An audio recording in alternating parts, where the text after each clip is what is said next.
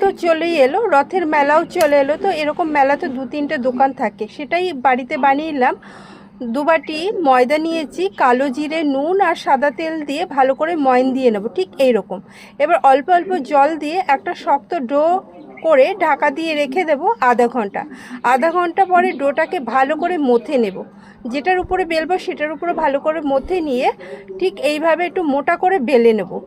এবার আমি একটা রুটিকে 3 টুকরো করে নিয়েছি এরকম কেটে। এবার এরকম গুড়কাঠির সাইজে ছোট ছোট করে কাট করে প্লেটে সাজিয়ে নিয়েছি। কড়া গরম করতে বসিয়ে দিলাম। এদিকে চিনি শিরাটাও রেডি করে নেব। 1 বাটি চিনি, হাফ বাটি জল দিয়ে শিরাটা রেডি করে নিলাম। রেডি হয়ে গেছে। এবার কড়াতে তেল দিয়ে ঠিক এইভাবে ছেড়ে ছেড়ে লাল করে ভেজে নেব কাঠিগুলোকে, গুড় কাঠিগুলোকে। ভাজা হয়ে গেছে, বাকিগুলোকেও একইভাবে ভেজে নেব। ভাজা হয়ে গেলে এবার শিরাটাকে আরেকটু গরম করে নেব। তারপরে সব গুড়কাঠিটাকে দিয়ে নাড়তে থাকতে হবে যতক্ষণ এর উপরে একটা সাদা আস্তরণ পড়ে আর নিচের রসটাও শুকিয়ে যায়। এবার ঠান্ডা করে মেলার মতো হয়েছে কি, একদম পারফেক্ট। আর দেখো কি সুন্দর আওয়াজ হয়েছে।